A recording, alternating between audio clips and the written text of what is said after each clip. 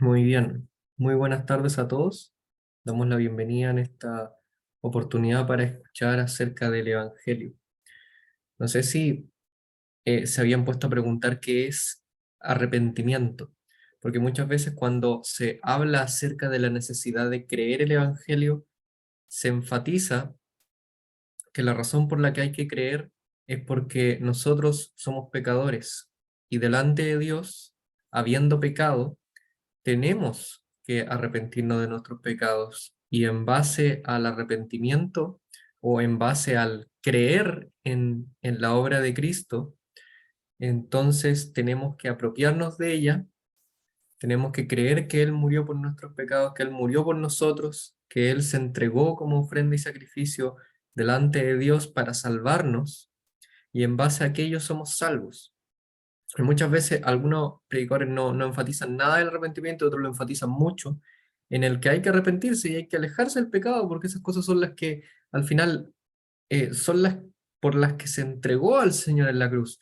Y en ese sentido, no sé si se han fijado, pero hay dos formas de arrepentirse, donde se enfatiza mucho la culpa, lo que tú hiciste está mal, lo que tú hiciste fue tremendamente incorrecto, por lo tanto tienes que pagar y el énfasis está en lo malo que hiciste y lo malo y lo malo y lo malo y ese énfasis en lo malo muchas veces es una queja que se hace contra el cristianismo a veces o contra el solo hecho de darle mucho color o énfasis a lo malo, donde uno por enfatizar totalmente lo malo que hiciste, te llenas de depresión y te llenas de enojo y te llenas de rabia y al final pensar 100% en lo malo, 100% en el error, 100% en lo que hiciste, te llena de un sentimiento de querer hacer algo para, para solucionar el tema. Pero ese algo lo haces con culpa y ese algo lo haces con rabia y con pena. Algunos incluso dicen servir a Dios y lo hacen con miedo y lo hacen no siendo o no sintiéndose hijos perdonados por la obra del Evangelio. Tienen miedo de Dios, tienen miedo no en el sentido del temor de Dios bíblico, sino en el sentido de un miedo, un alejamiento, un no acercarse a Dios. Pero también está otra clase de arrepentimiento o otra clase de relacionarse con el pecado, donde uno dice, bueno, se perdonó todo, no es para tanto, hay que lavarse las manos y ya un poco de sacarse un poco la culpa de la espalda. Igual algunos son un poco más ingeniosos en esta alejarse de lo que hiciste, diciendo, bueno, sí, yo hice algo malo, puede que hice algo malo, sin embargo tienes que recordar que mis circunstancias me obligaron. Yo nunca hubiera hecho eso malo que hice si hubiera nacido en otra casa, si hubiera tenido un poco más de recursos, si me hubieran criado de otra forma, si hubiera estado en otra circunstancia, o la verdad, yo nunca hubiera hecho nada malo si no hubiera tenido la oportunidad y al final como se me dio la oportunidad, bueno, lo hice, pero fue solamente porque llegó la circunstancia y esas dos formas de relacionarse con el pecado son tremendamente incorrectas. Es cierto que eres pecador y que estás yendo rumbo a la condenación, pero el tratarte mal por aquello y el enfatizar tu culpa y el quizá hacer algo para Dios en base a enojo y rabia y tristeza y amargura y depresión, con todo el respeto que te quiero tener y con toda la autoridad que la Biblia me confiere, tú puedes enfatizar el dolor y sentirte mal por tu pecado, todo lo que quieras, pero eso no salva a nadie. ¿Sabías eso? Que si tú te sientes mal por el pecado o te sientes tremendamente dolido por lo malo que hiciste, comprendes que eres pecador delante de Dios, eso no salva a nadie. ¿Sabías que si tú entiendes que delante de Dios te equivocaste y has hecho cosas que quizá a Él no le agradan, pero que encuentras que esas cosas están mal, no por eso eres salvo, no por eso vas rumbo a la gloria eterna en el cielo? No por saber que el mal es malo nos hace buenos, lo vamos a ver hoy. Y no por alejarte tampoco de la culpa y no enfatizar nada de la culpa y alejarte un poco y tener como un concepto de gracia total, donde Dios no está ni ahí con lo malo y no le preocupa nada. No por eso tampoco es una solución. Vamos a ver a dos personas hoy que tuvieron una cierta relación con la obra de Cristo en la cruz o acerca de su gloriosa obra, de tal forma que vieron que esta entrega en la cruz fue tan buena que ellos eran malos, pero ellos se relacionaron con la obra de Cristo de dos formas. Y vamos a ver cuáles son esas dos formas. Y esas formas son incorrectas. Pero esas dos formas, al verlas de manera clara, se enfatiza, créanlo o no, la obra de Cristo en la cruz. Vamos a ver a qué me refiero.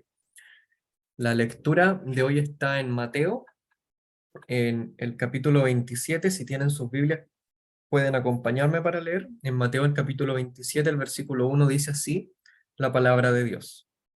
Venida la mañana, todos los principales sacerdotes y los ancianos del pueblo entregaron en consejo contra Jesús, entraron en consejo contra Jesús para entregarle a muerte. Y le llevaron atado y le entregaron a Poncio Pilato, el gobernador. Entonces Judas, el que le había entregado, viendo que era condenado, devolvió arrepentido las 30 piezas de plata a los principales sacerdotes y a los ancianos, diciendo: yo he pecado, entregando sangre inocente. Mas ellos dijeron: ¿qué nos importa a nosotros? Allá tú. Y arrojando las piezas de plata en el templo, salió y fue y se ahorcó. Los principales sacerdotes, tomando las piezas de plata, dijeron: no es lícito echarlas en el tesoro de las ofrendas, porque es precio de sangre. Y después de consultar, compraron con ellas el campo del alfarero, para sepultura de los extranjeros, por lo cual aquel campo se llama hasta el día de hoy campo de sangre. Así se cumplió lo dicho por el profeta Jeremías, cuando dijo: y tomaron las 30 piezas de plata, precio del apreciado, según precio puesto por los hijos de Israel, y las dieron para el campo del alfarero, como me ordenó el Señor. Después nos saltamos un poco en el mismo capítulo y nos adelantamos un poco más hasta el versículo 21. Y dicen: y respondiendo el gobernador les dijo: ¿a cuál de los dos queréis que os suelte? Y ellos dijeron: a Barrabás. Pilato les dijo: ¿qué pues haré de Jesús llamado el Cristo? Todos le dijeron: sea crucificado. Y el gobernador les dijo: pues qué mal ha hecho. Pero ellos gritaban aún más diciendo: sea crucificado. Viendo Pilato que nada adelantaba, sino que se hacía más alboroto, tomó agua y se lavó las manos delante del pueblo, diciendo: inocente soy yo de la sangre de este justo, allá de vosotros. Y respondiendo todo el pueblo, dijo: su sangre sea sobre nosotros y sobre nuestros hijos. Hasta aquí la lectura. Noten que una de las palabras que más se repite es el tema de la sangre.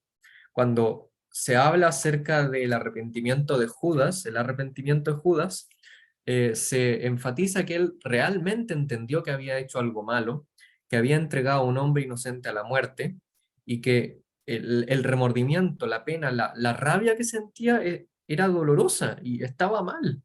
Él incluso cuando va con los sacerdotes y pide que, que al menos pueda devolver el dinero que le dieron, porque Judas era el de los discípulos más cercanos del Señor, de los 12.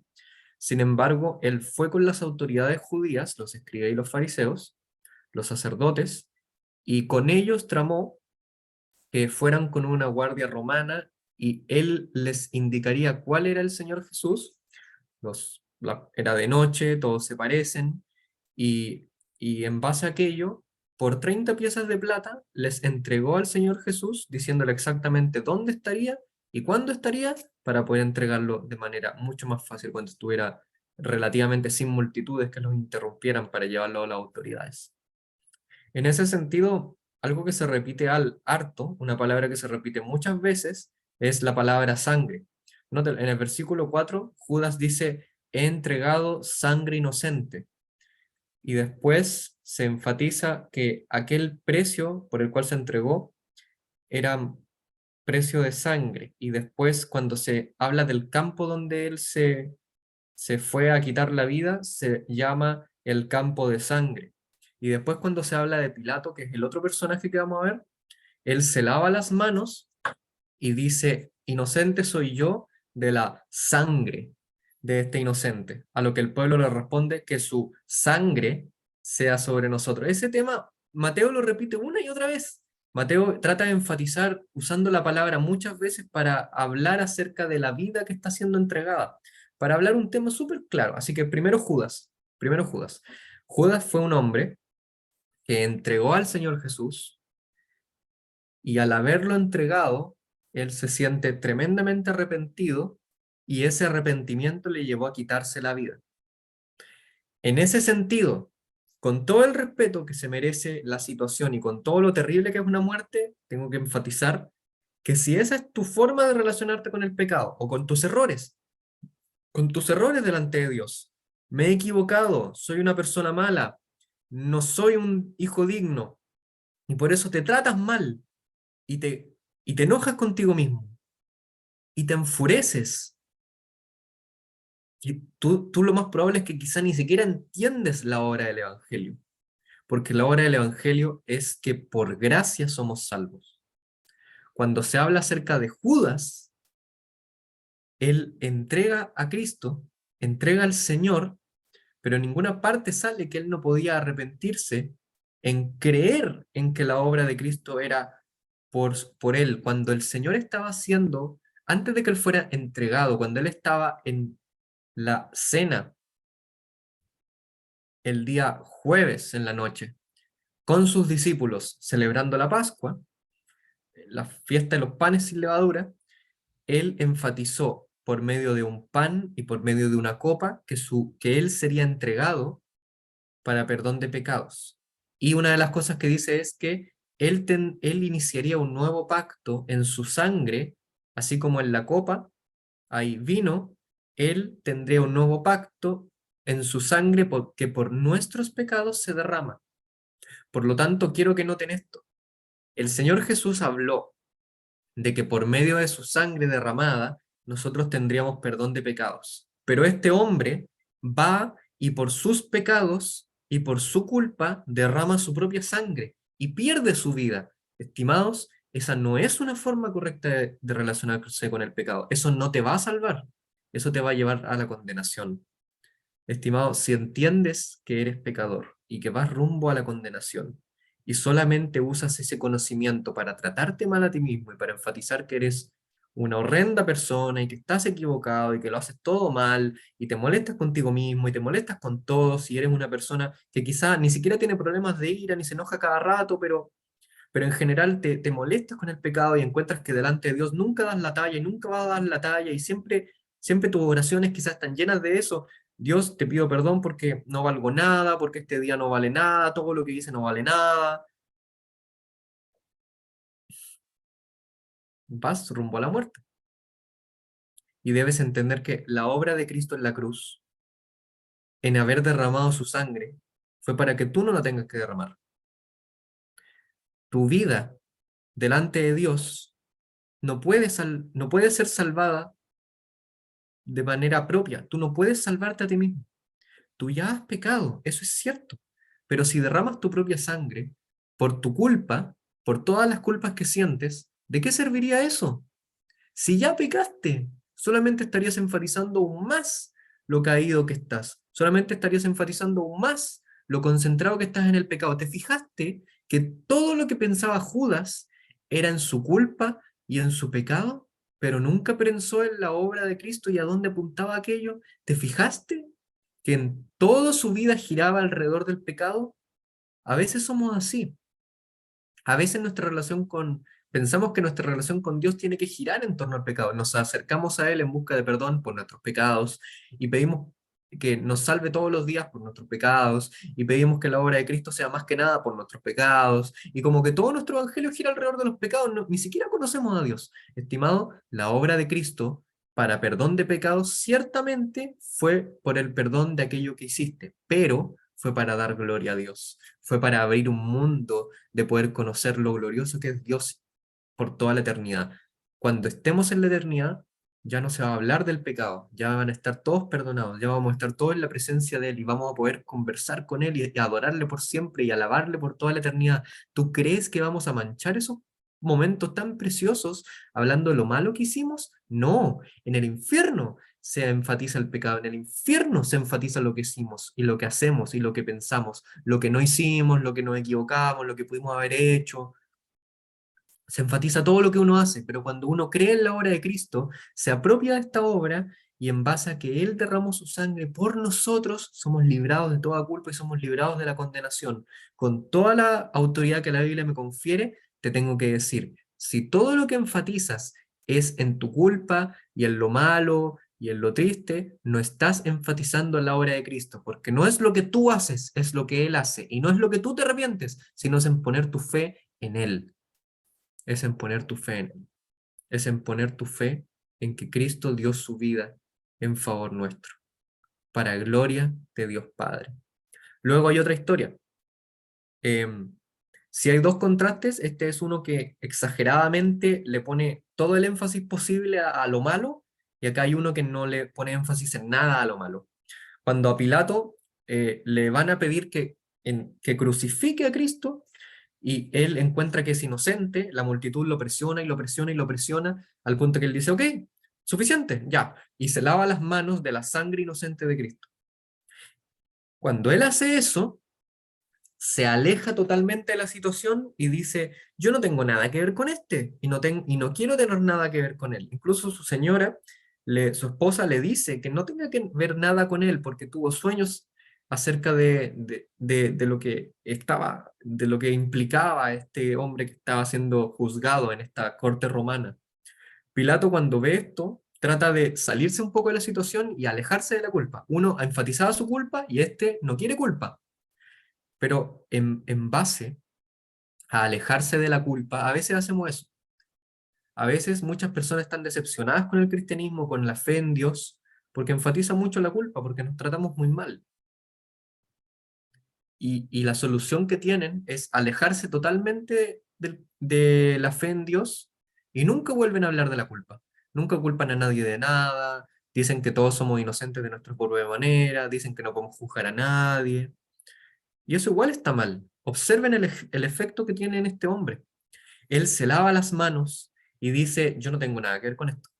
Pero sí tenía que ver. Es más, el hecho de decir que no tiene nada que ver es lo peor que pudo haber hecho, es lo peor que pudo haber dicho.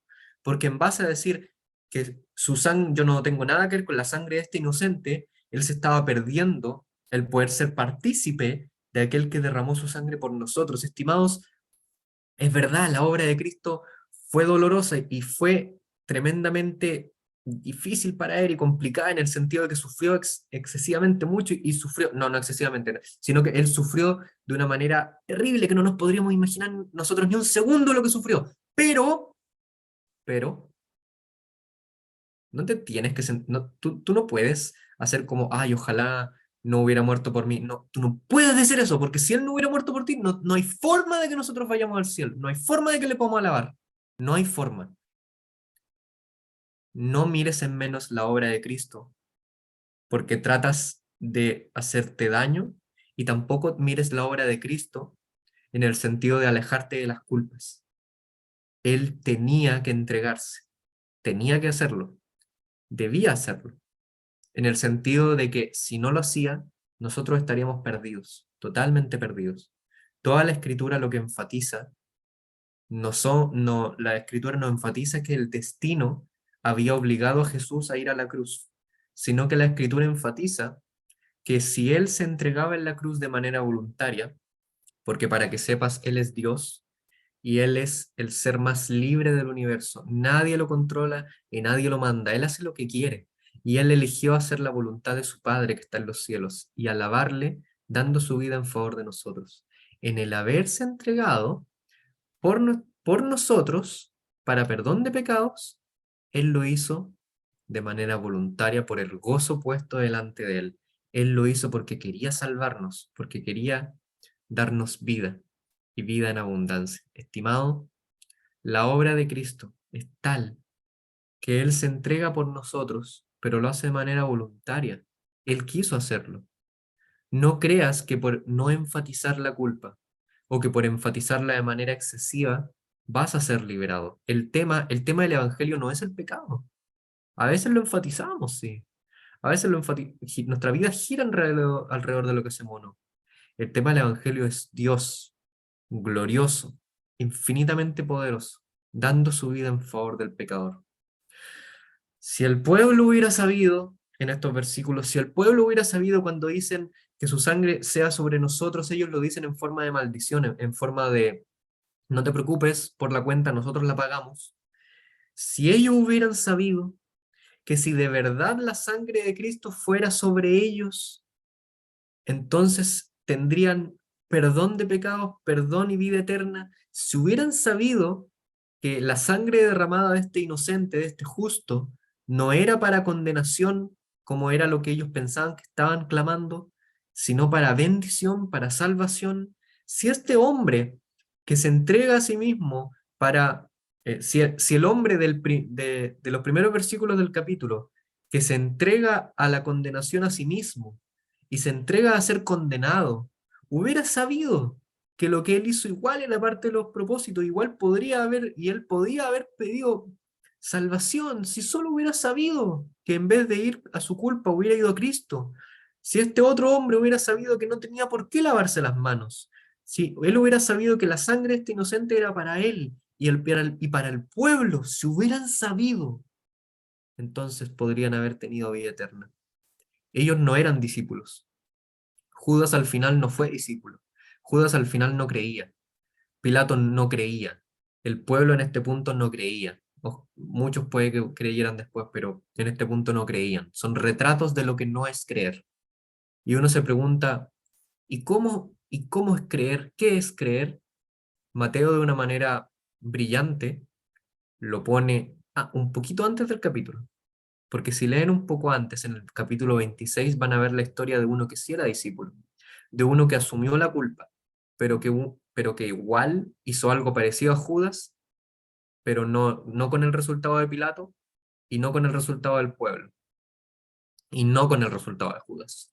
Al final del capítulo 26 hay un discípulo llamado Pedro, al que el Señor le dijo, cuando Pedro se le anunció que todos los discípulos dejarían a Jesús, él de una manera osada va y le dice, si todos te abandonan, yo nunca te abandonaré.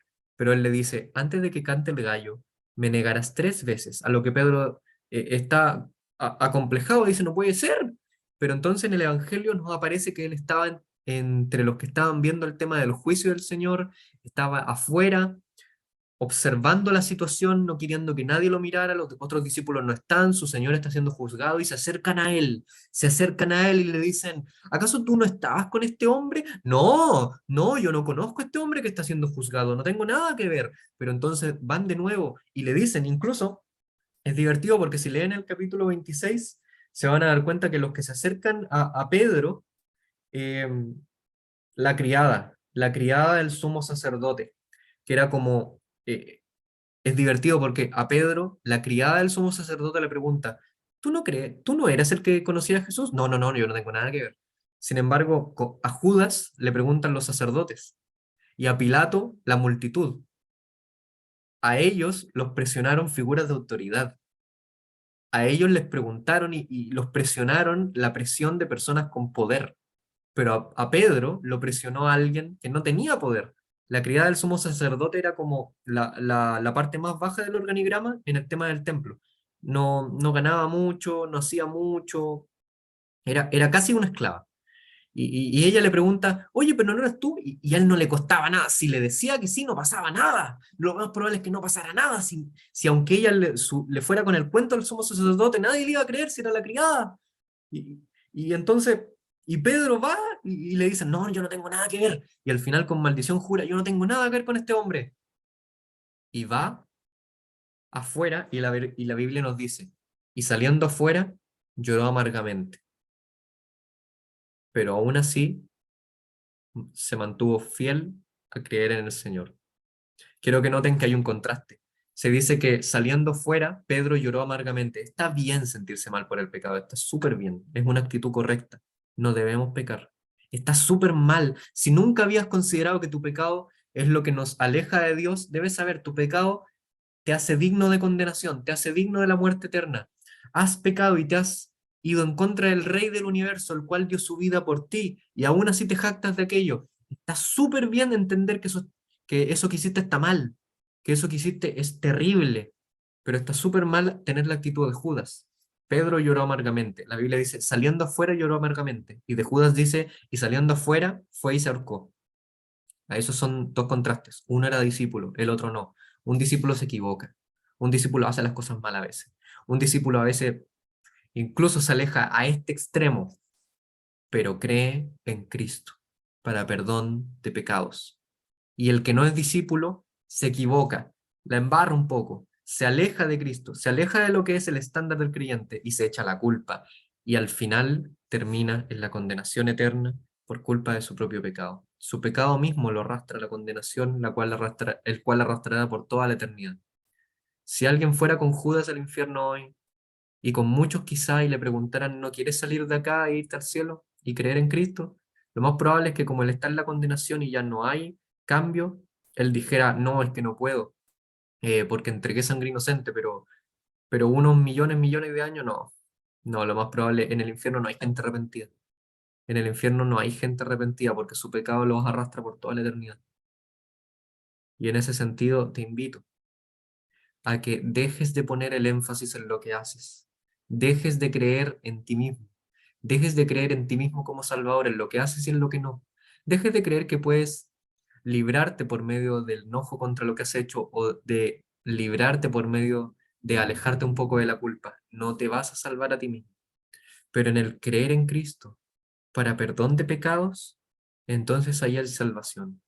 Porque cuando se llamó después a Pedro en el capítulo final de Mateo y a los discípulos, y ellos van con Cristo y se les aparece el Señor, se les aparece en Galilea, la Biblia nos dice, y muchos creyeron, pero algunos dudaban. La palabra griega que se usa para dudaban era, y muchos tenían miedo, claro que tendrían miedo, lo dejaron, y claro que Pedro tendría miedo, lo dejó, lo negó un montón de veces, lo negó un montón de veces al que dijo, al que me negara delante de los hombres, yo le negaré delante de los ángeles, delante de mi Padre, y el Señor de una manera tremendamente misericordiosa, llena de gracia, llena de amor, está con los que sí creen en Él y les dice, toda autoridad me has dado en la tierra, vayan y hagan discípulos, ellos son sus discípulos, Él los ama porque dio su vida por ellos, porque se entregó por ellos. Cree en la obra de Cristo para perdón de pecados, deja de enfatizar lo que tú haces y lo que no. Y entiende que al final cuando estemos en la eternidad no va a importar mucho lo que un hombre finito hizo en su vida en comparación con la vida eterna del eterno Hijo de Dios. Tienes que creer, porque es lo único lo bastante valioso para librarte de la condenación eterna. Cree en que Cristo murió por tus pecados, cree en la obra bendita del Señor y serás salvo. El Señor bendiga su palabra.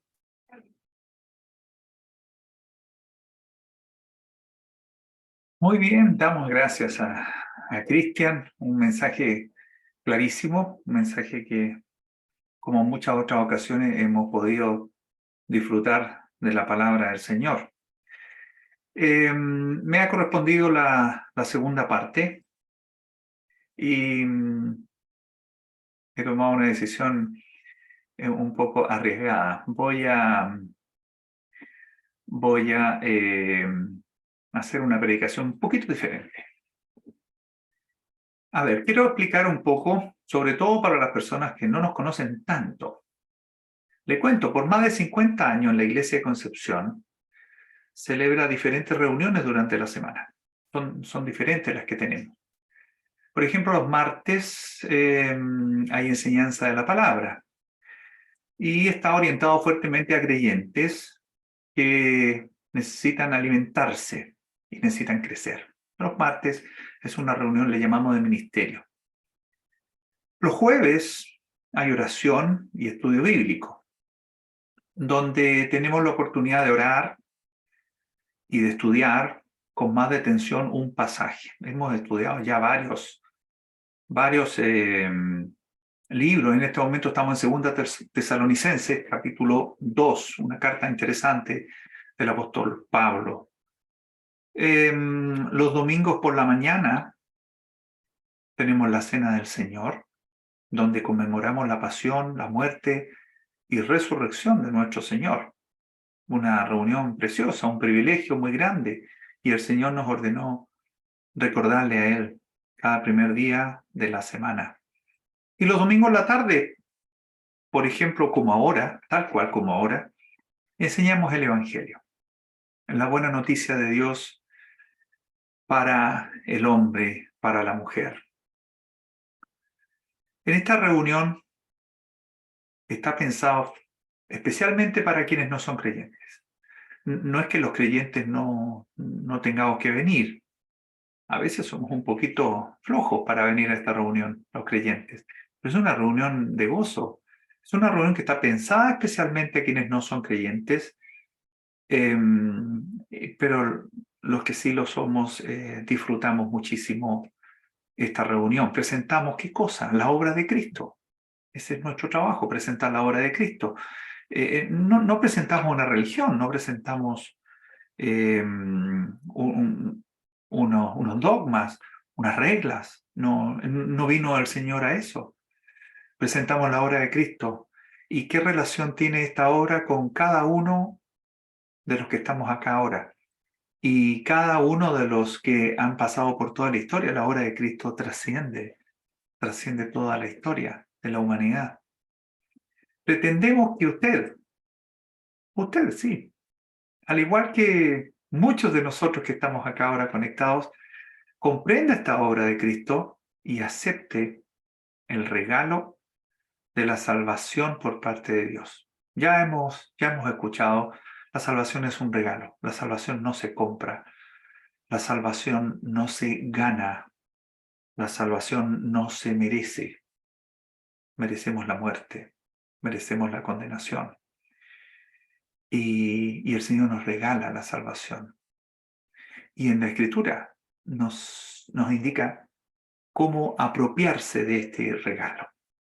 Eso es, en resumen, lo que hacemos en nuestra congregación.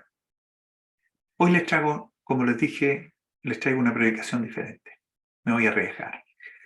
Yo voy a llevar la idea central, por supuesto que sí, pero la redacción, quien escribió esta predicación que les voy a mostrar ahora, pues es un computador. En el último tiempo han surgido algunos programas especiales llamados bot o chatbot. Están basados en lo que alguien llamó inteligencia artificial. No se complique, no hay tal inteligencia artificial, no existe. Pero parece que existiera porque son muy hábiles estos programas. Interactúa este programa, hay un programa en particular muy famoso en el último tiempo, se llama ChatGPT. Interactúa con personas a través de diálogos en lenguaje totalmente natural. Usted le escribe y él le contesta y usted llega a creer que hay una persona atrás. De hecho, hay bromistas que dicen que hay 500 chinos o 5.000 chinos al otro lado respondiendo. Y por eso es que responde, comillas, tan bien. Muy, muy bien. Lo que pasa es que estos programas tienen una base de datos amplísima, gigantesca, y en particular ChatGPT tiene una base de datos actualizada hasta el 2021. A propósito, ellos la han dejado hasta el 2021 para que no tenga información súper actualizada, que no sea capaz de argumentar razonablemente, porque es algo que todavía está en desarrollo.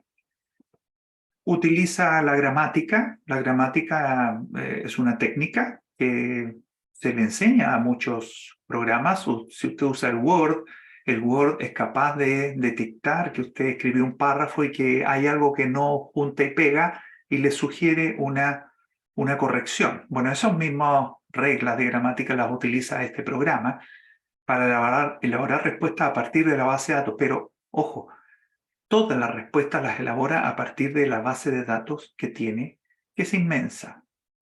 No piensa, solamente analiza la pregunta que le hiciste, busca verbos clave y revisa la base de datos y elabora una respuesta con una gramática adecuada. Las estructuras de las respuestas están prácticamente hechas, solo va reemplazando cosas. Aún así llega a sorprender. Las respuestas asombran. Yo lo he estado usando como un pequeño aliado que me da una primera visión de un tema que quiero averiguar. Le invito a que si usted gusta puede hacer lo mismo. Hace unos días le pregunté, ¿cuál es el centro del Evangelio? Tal cual. Esa es la pregunta que le hice. ¿Cuál es el centro del Evangelio? Quiero contarles lo que me respondió. Aquí está. Vamos a compartir.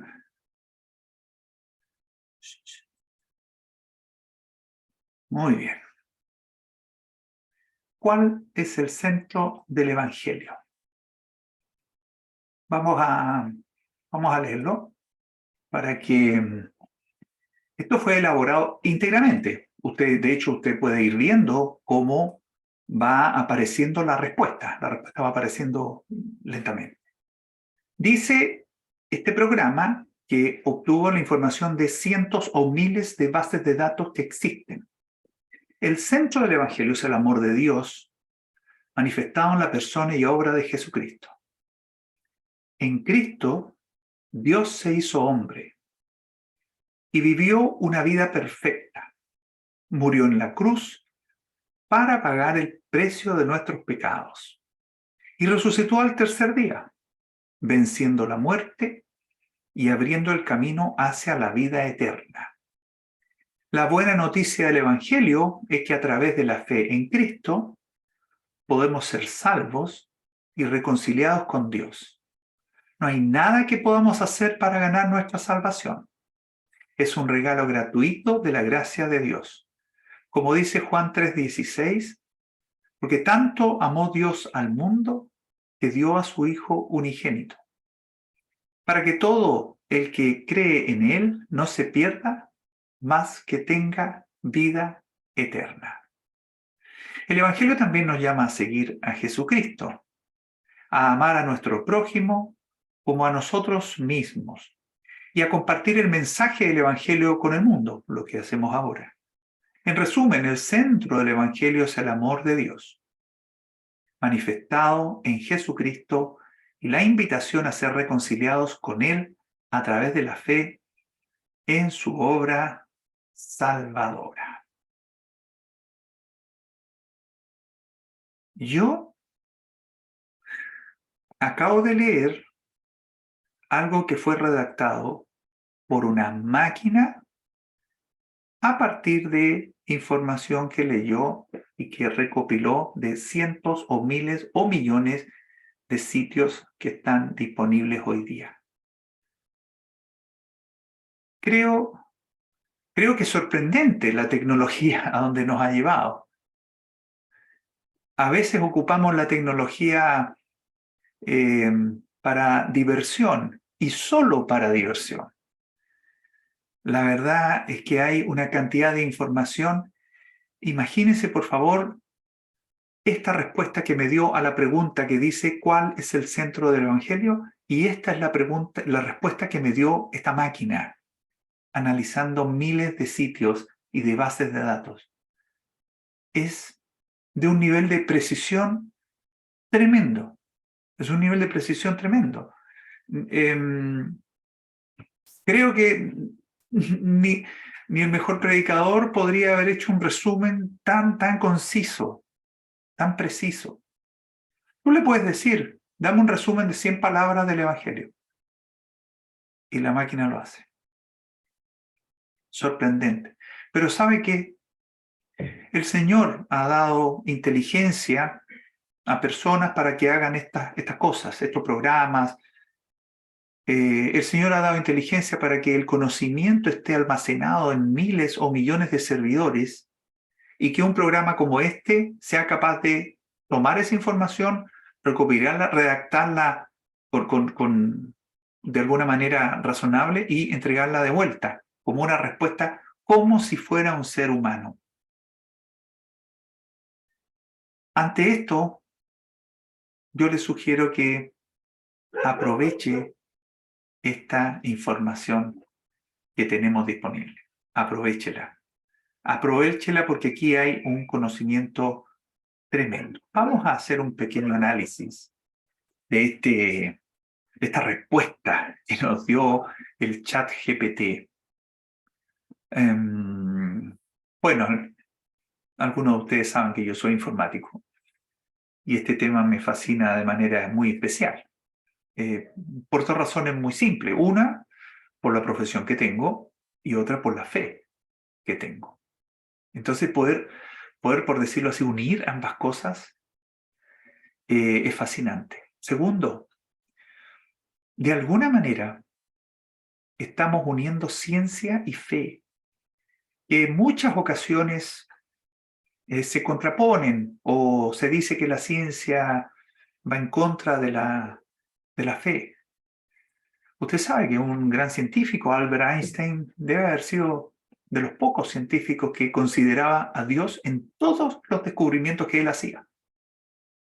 Detrás de cada puerta que abro al conocimiento, miro y observo a Dios, dijo él.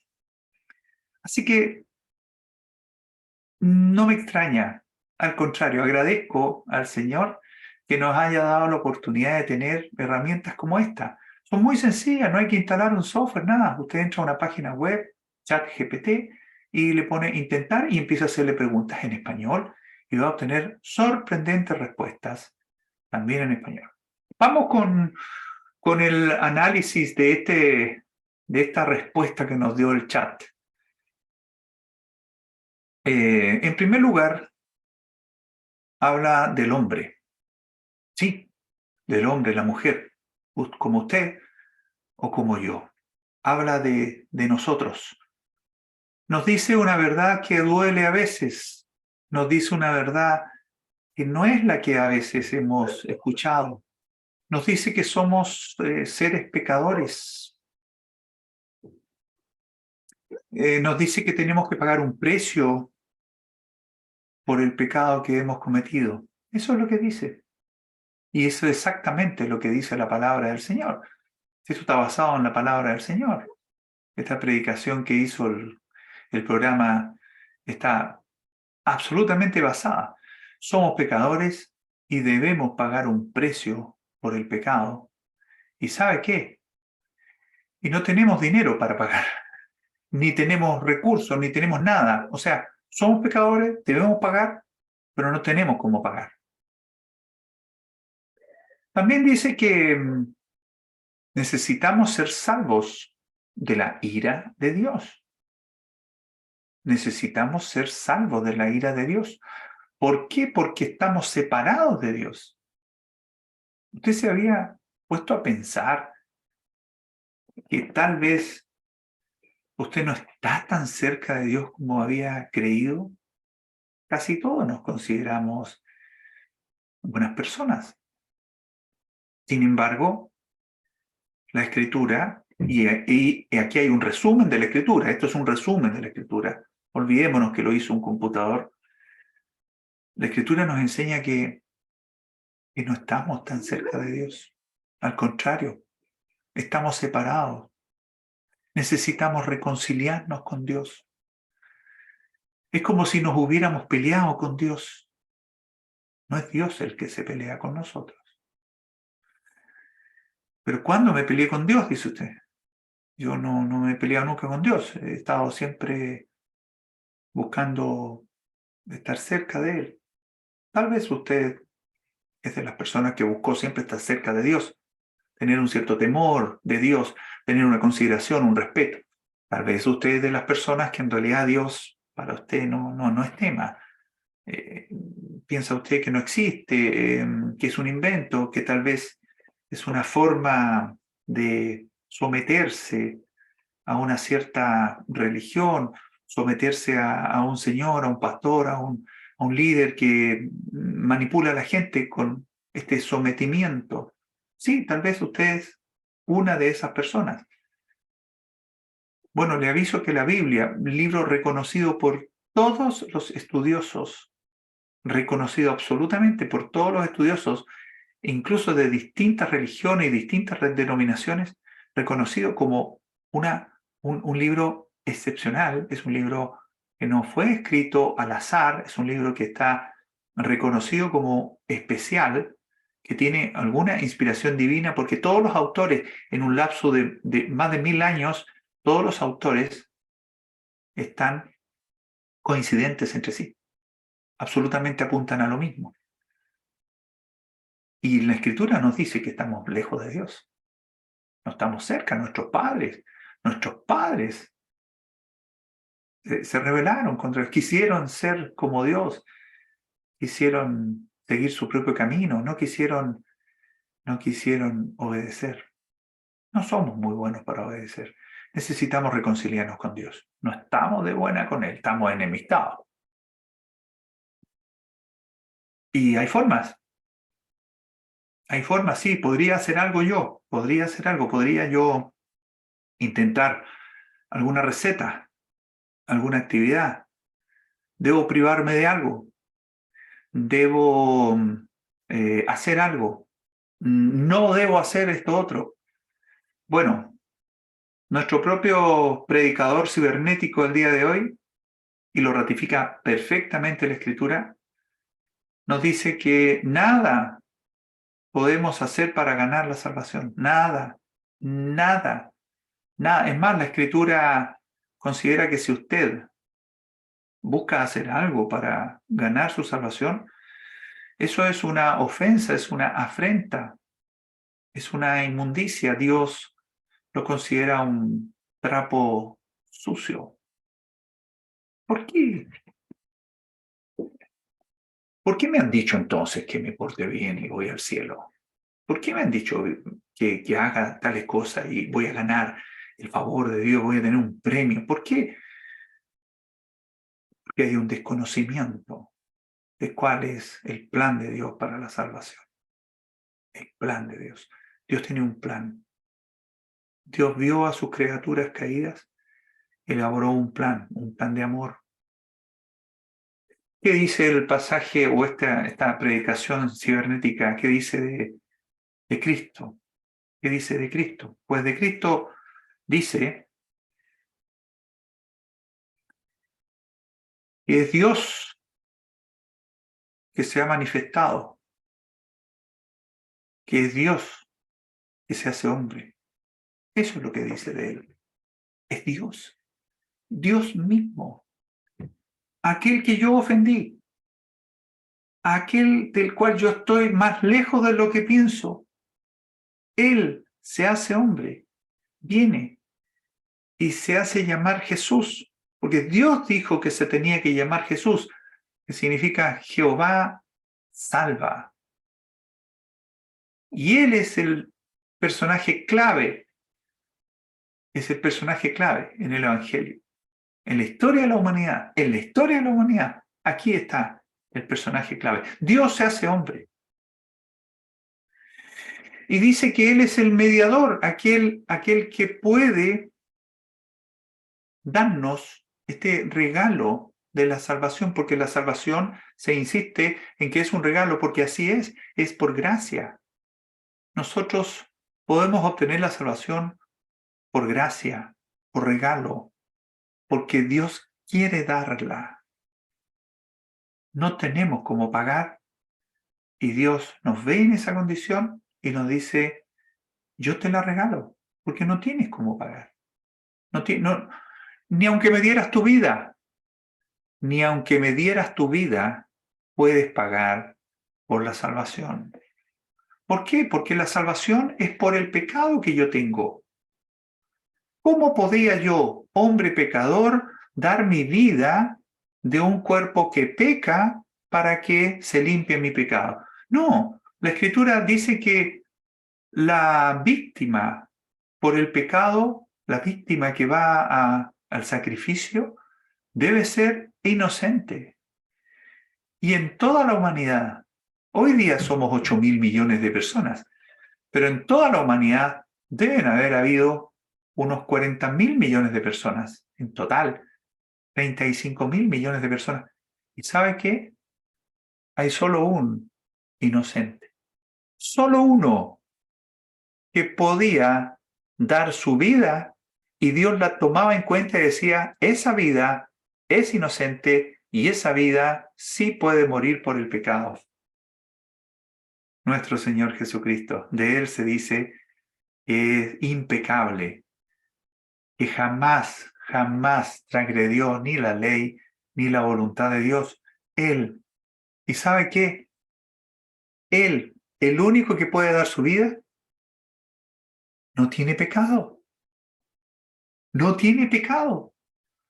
Entonces, si Él da su vida, ¿por quién la da? ¿Por Él mismo? No necesita. Él es impecable. Él da su vida por tu pecado, amiga, amigo, y dio su vida por mi pecado. Ahí está el Redentor, el que pone el precio, el que paga. Él es el que paga. Lo que yo no puedo pagar, lo que tú no puedes pagar, Él es el que paga. Él es el mediador, el abogado, a través del cual obtenemos el regalo de la salvación. Y Él paga el precio y lo paga en la cruz. Y el precio es su vida. Él entrega su vida, derrama su vida, una vida impecable.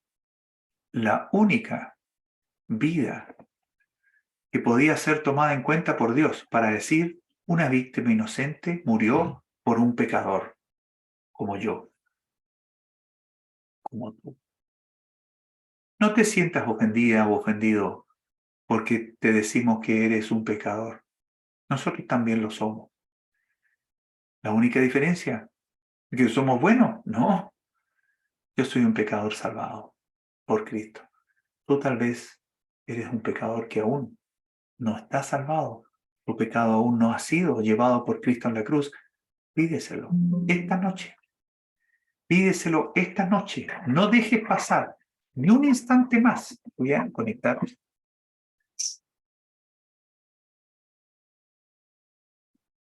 Pídele esta noche al Señor que Él te salve, que Él te tome tu pecado y lo clave en la cruz, como dice la Escritura, para que tú tengas este regalo precioso, el regalo de la salvación. Nuestro Señor no quedó en la cruz, ni tampoco quedó en el sepulcro.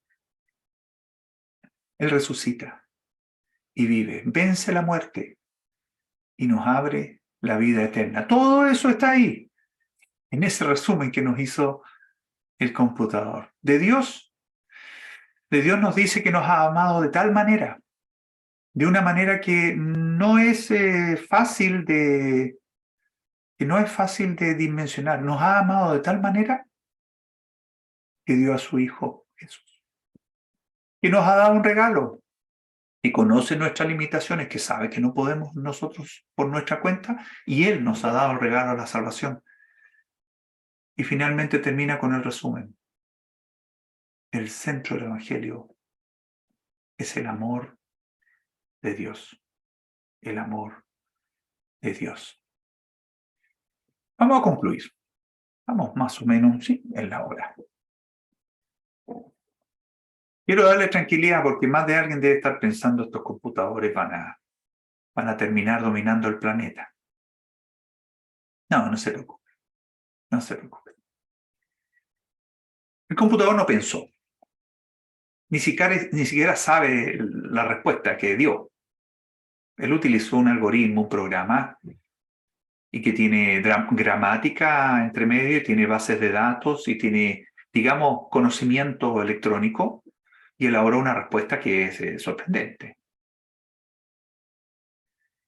La verdad es que me alegro mucho, y si usted puede que participa con el chat GPT, se va a dar cuenta que el conocimiento humano, que viene de distintos lugares, de cientos o miles de servidores web que tienen estas bases de datos, el conocimiento humano tiene el Evangelio ahí. Lo tiene, lo tiene. Yo le estuve preguntando, ¿qué obras puedo hacer para ir al cielo? Y él me volvía, no, por obras no se llega al cielo. Efesios capítulo 2, por obras no se llega al cielo. La fe cristiana indica que debe creer en el Señor Jesucristo y en su obra en la cruz. Pero si yo me porto bien e insistí, y tengo muchas preguntas por ahí, se las podría mostrar un día, Y el programa insistía en que no, es la fe en Cristo Jesús. Estoy muy contento de que el conocimiento humano contenga el Evangelio en su esencia. Está muy bien resumido, muy bien ahí contenido. Así que puede ser una buena fuente para complementar. De pronto puede haber un pasaje en la Escritura que es algo complejo de entender, y usted puede apoyarse en respuestas porque hay mucho conocimiento detrás. Hay personas que han estudiado esto y dejaron su huella. Me alegra mucho que estas bases de datos que son tan frías a veces, sí contengan de alguna manera la Escritura de una manera bastante fidedigna. Quiero hacer el resumen del mensaje. Somos pecadores. No merecemos más que la muerte y la condenación. Eso somos. No podemos hacer nada para salvarnos. No está dentro de nuestras capacidades porque precisamente somos pecadores. ¿Qué hace Dios? Dios se hace hombre, envía a su Hijo. Un hombre impecable, el único impecable, el único que entrega su vida por el pecado mío y por el tuyo. ¿Sabes qué? Él no entregó su vida por su pecado porque no lo tenía. Era la ofrenda que Dios esperaba. Cristo nos reconcilia. Pagó por nuestro pecado. Para nosotros es gratis. Es un regalo. Para nosotros es gratis. Para Dios le costó un precio, la vida de su Hijo. ¿Están comprendiendo la magnitud de esto? Cristo no está muerto. Venció al pecado, venció a la muerte. Él era, Él es y será Dios. Se hizo hombre para identificarse con nosotros, para que uno de nosotros fuera el que moría, sin pecado. El único que podía ser era Él. Se hizo hombre para una identificación plena con nosotros, las criaturas por las cuales Él moría. Esto es un asunto de fe. ¿Te entregas y aceptas la cruz de Cristo o la rechazas? La dejas pasar. No hagas tal. Cree en el Señor Jesucristo, serás salvo. Tendrás el regalo de la vida eterna y lo mejor no depende de ti, depende de Dios. Vamos a orar para terminar esta doble predicación. Me acompañan a orar, por favor. Padre Celestial, una vez más te damos gracias. Te pedimos tu más rica bendición para este doble mensaje. El Evangelio en su forma más amplia. El Evangelio es la buena noticia. Tenemos paz para con Dios en la persona y obra de Jesucristo, nuestro Señor. Queremos pedirte que en esta noche pueda haber un alma que habiendo recibido el mensaje, habiéndolo entendido, le diga al Señor Jesús, creo que moriste por mí en la cruz. La obra de Cristo es la que salva. ¿Qué nos toca por hacer? Aferrarnos a ella. No podemos hacer nada más. Y te damos gracias por la claridad de los dos mensajes y que en los corazones pueda reverdecer y tú, Padre Celestial, puedas darle el crecimiento. Gracias te damos una vez más en el nombre de nuestro Salvador, el Señor Jesucristo. Amén. Muy bien, muchísimas gracias a todos. Realmente damos las gracias también a nuestro hermano Cristian, quien nos ha acompañado con este doble mensaje. Le dejamos invitados para el día martes. Hay reunión, como indiqué al principio, reunión de enseñanza de la palabra. Podemos estar juntos y estudiando algún tema muy bueno para el crecimiento de todos. Martes a las 7 de la tarde, jueves a las 7, oración y estudio bíblico. Y el próximo sábado hay reunión de jóvenes a las 5 de la tarde, presencial en nuestro local. Próximo sábado. Así que le dejamos invitado. Voy a liberar la cámara para que quien quiera pueda saludar o decir alguna cosa.